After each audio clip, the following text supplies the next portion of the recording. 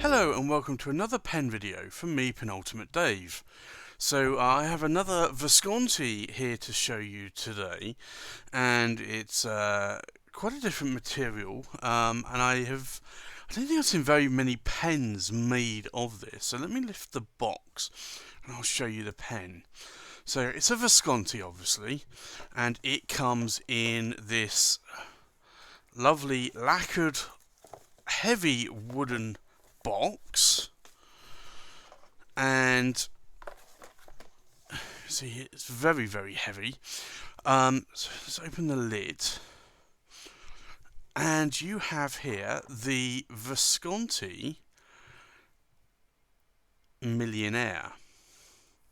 Now you don't have to be a millionaire to own one of these, but the material is actually quite exquisite. So basically, the material is actually made of a marble, and it is literally a full block of marble that is machined into a pen. And it is quite amazing that you would actually have a pen made out of marble. Now this isn't the only sort of exotic material that Visconti have used. Obviously, they've made a pen out of lava, basaltic lava. They've made a pen out of terracotta, and they've made pens now out of marble. So it's an interesting take. So let me just remove this and I'll show you here. So in the box you actually get, you just get the wrappers and that, but you get a Millionaire collection, and this basically, if I just zoom in a little, this details the pen, and it's a lovely pen, and it comes in a number of different marble finishes. So like you can see one there, and then the I think it's very exquisite. Now each marble is going to be different, obviously, but as Visconti say here, the Millionaire's cap and barrel are both made of marble carved out of a slab 3 centimeters thick. For marble to be used in the manufacture of a pen, it cannot have any cracks, it has to be structurally sound, and its marbling must be patterned in such a given way to ensure that the pen enjoys uniformity. The marble is first sawn into square bars, then hollowed out internally, reinforced, turned on the lathe to the required size, and finally polished. Thicknesses have been calculated to ensure that the pen's final weight is correct and that it conforms to standards of comfort for daily use.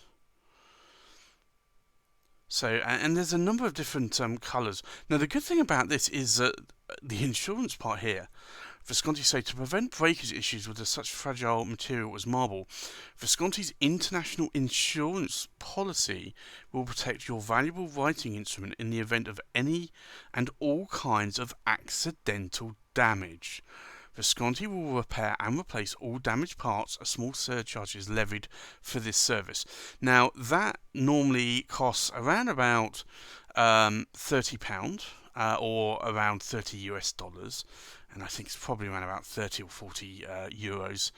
And it really covers just the cost of shipping the pen from the local distributor, Visconti distributor, to Visconti, and then Visconti shipping it back to them. But normally most of their pens come under a 2-year warranty now. But this, because it's marble, complete international insurance policy there, and there is no date set on it. It's a lifetime, as far as I can see there. So that's kind of interesting. And then obviously you have it in Italian as well. But this is the pen. This is the marble version of the pen that I have, and I also have this one as well. And you can get them in various different materials. So it is a lovely, lovely pen, and there you go. You can actually see the different materials that Visconti make in this marble series. So I have the first one and the third one now, and actually this is probably a first to actually show you how to fill the pen, which because it does have a slightly different filling mechanism on, and I'll show you that in a bit. So this is the one I have. You can even get cufflinks, marble cufflinks done. So this is basically fountain pen. It's solid marble certified, and it's 23 cat Palladium Dream Touch nib. Now this is the marble green version, and this is number 68 of 988 pens worldwide. So you get that in the booklet there, and then this is the pen, and it is such a stunning pen. It's trying to bring a bit more light onto it so you can see it here, but the marble is lovely. It's very shiny, very polished marble. It actually feels like a marble kitchen countertop. It's that kind of marble. So if you have any marble kitchen tops or countertops, then you'll know what that feels like. It's a very glossy feeling, very smooth, very cold feeling, because it is marble at the end of the day. But it is a lovely pen. Now you have, zoom in a little bit more, you have the standard Visconti bridge clip here. Now this is enamelled in, filled in black. If we can get a little bit more light there, you can see.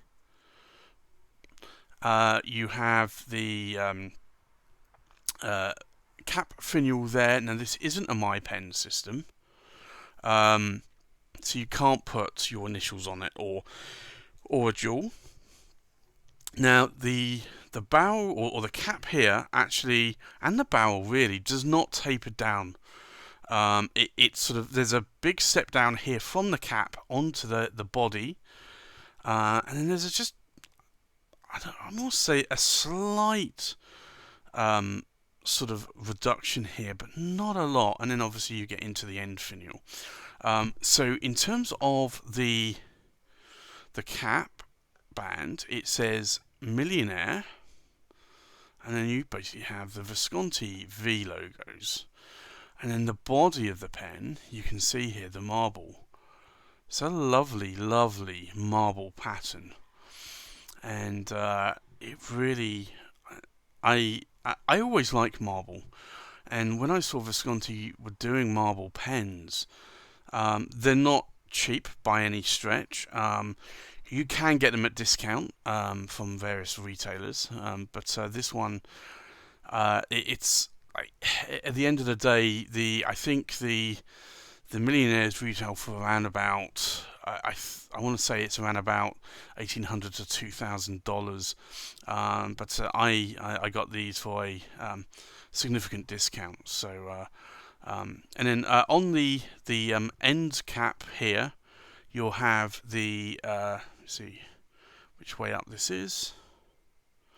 You'll have the number here, the LE number. So that's 68 there of 988. But as you can see here, though, the material is actually really, really stunning. It's a very, very nice material. You can see there the Visconti logo there, or the Visconti bridge clip. And then coming down here to the pen, that marble is absolutely stunning. Now I always want to call this a forest green, but there is a forest version which is actually more brown than anything. But it is a lovely, lovely pen. So zoom out a bit here. What I'll do is we'll get some measurements done of the pen, so and a weight check. So in terms of length, we're looking around 145 millimeters capped, and then the cap itself is around 74 millimeters, and then the pen itself, let's just put it in there. The pen itself, we're looking at around 129 millimeters, so that's actually quite a size pen here. It is oversized, and if I zoom in a little here, we'll do a weight check as well. Now this is going to be a heavy pen because it is made of marble, but it's not as heavy as you think it would be. So this actually comes in under the weight of an Opera Master, so just under 55 grams. And then the cap is just over 29 grams, and then the body on its own, now this is not inked at the moment, comes in at just under 26 grams. Now I will show you the filling mechanism on this as well, because the filling mechanism is slightly different. So what I'll do first is I'll show you the nib though. This came with a medium nib. It's just 23 carat palladium nib, and it's a lovely nib. It is quite wet. This has been inked a number of times because it is in my rotation. Now,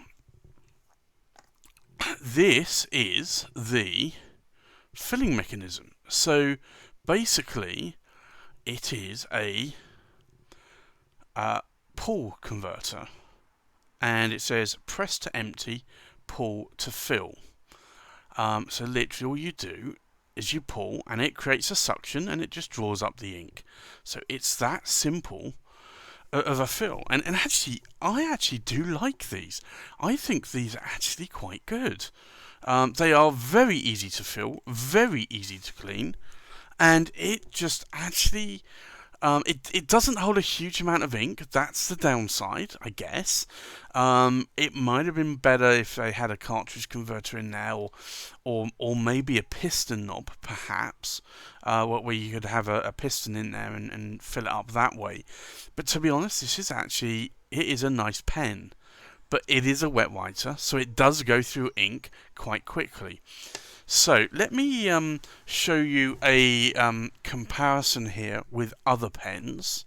So in terms of a size comparison, we have here, left to right, we have the Pelikan M600 turquoise white, a Pelikan M800 vibrant blue, a Edison Collier persimmon swirl.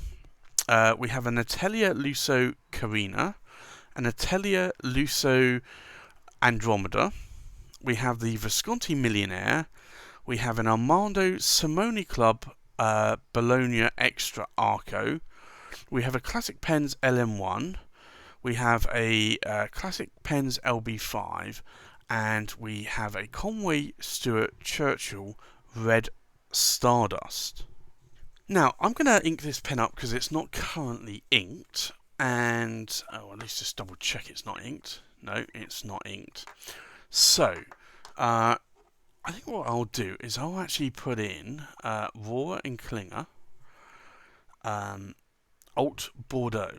That's a lovely ink. It's a dark ink, and I do kind of like that. So let's unscrew the pen here, and that piston's not too bad. It is moving. So now this is going to be interesting because I need to get this in a long way. I think probably I didn't get it in far enough. That's better. So we just put the cap back on the bottle and just wipe off the section and the nib.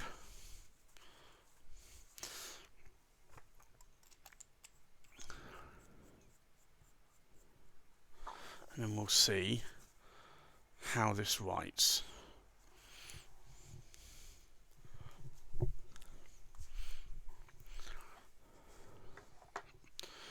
So this is the Visconti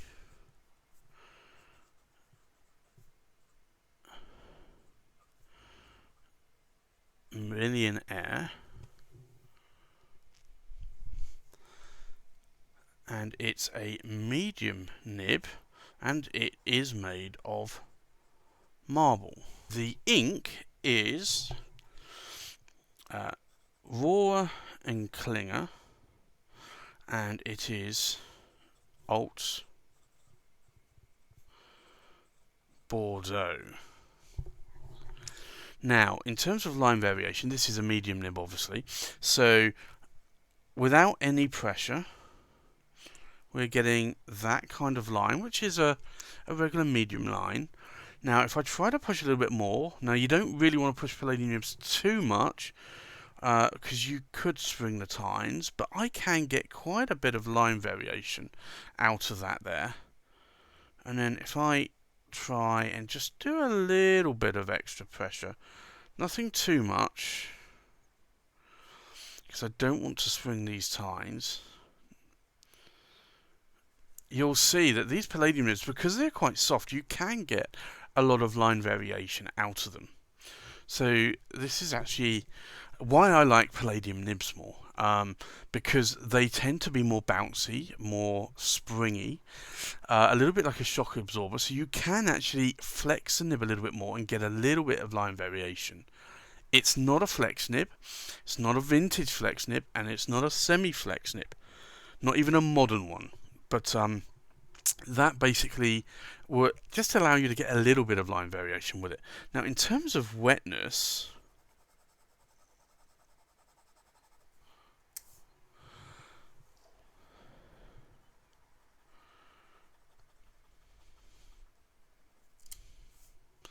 this is quite a fire hose of a nib, and I really do like it. By now, you'll probably realise I do like fire hose nibs, and this is a very, very wet nib. Now, if I can actually show you this, I don't know if you'll be able to see this, but some of this ink here is still wet. And that just kind of shows how wet this is as a pen. So this is a pen that I do like in my collection. It is a lovely pen. It's not overly heavy for me. I use Opera Masters, and they come in at 60 grams with the cap, but it's coming close to an Opera Master weight in size. So now, if you like heavy pens, then this may be for you. If you detest heavy pens and prefer lighter pens or smaller pens, then this probably is not the pen for you. But it's a lovely pen. The marble in it is just exquisite, and I really do love it. So thanks for watching. Please like, comment and subscribe, and I'll see you on the next pen video. Bye bye.